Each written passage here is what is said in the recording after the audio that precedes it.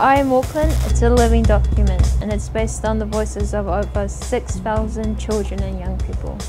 When then Brown became the Mayor of Auckland, his vision was that Auckland be the most livable city in the world, and his first priority was children and young people. Why we decided to put children as number one in the Auckland plan was that firstly we are building this city for our youngsters and for their children, and secondly we want our children to have a sense that they could find and follow their dreams in the city and then achieve them. So we delivered a plan called Auckland Unleashed. We received 400 submissions and they were all from adults or organisations representing children and young people. And that just wasn't good enough. There had to be something from young people representing their own voice. Due to a lack of submissions around the first priority, the Foundation Youth Advisory Panel and Auckland Council came up with a postcard campaign. On each postcard we asked the question, so what does putting me first look like?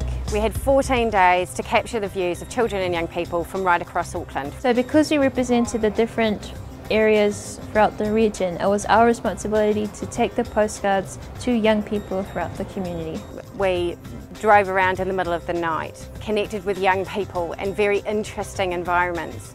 So once we got the 6,000 postcards in, members of the Foundation Youth Advisory Panel and Auckland Council got together and we read through every single postcard and started to put them into common themes.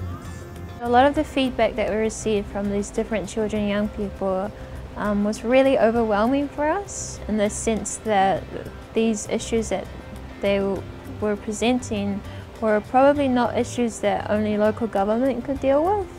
What the postcards showed me was that it didn't matter what background you came from, it didn't matter what culture you were, but actually young people share the same concerns and prioritise safety and well-being over anything else.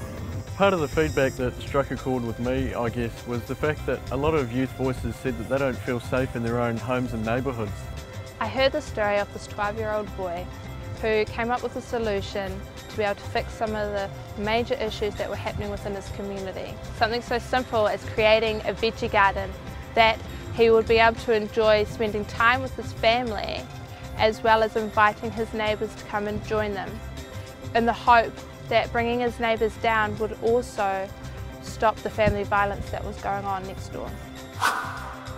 So once the themes were confirmed by the 6,000 postcards, we then turned them into goals, which then became the Children and Young People's Strategic Action Plan. I have a voice, am valued and contribute. I am important, belong, cared about and feel safe. I'm healthy, happy and thriving. I'm given equal opportunities to succeed and I am given a fair go. I can get around and get connected.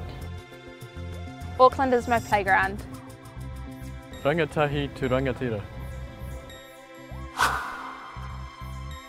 So the Children and Young People's Strategic Action Plan serves two purposes. One, to be the working plan for the Youth Advisory Panel, and two, it's a guide for Auckland Council as to how children and young people want to be put first. That means that we have guardianship over how the plan evolves, and that's something that no other youth council has had in New Zealand so far. My vision for I Am Auckland is that every local board adopts the Strategic Action Plan, and that children and young people are put as a first priority on their local board plans, that we are seen as the future of the city. My vision for I Am Auckland is that it becomes a cornerstone of youth development in the region and helps to build an Auckland that is welcoming for all young people and all of their diversity.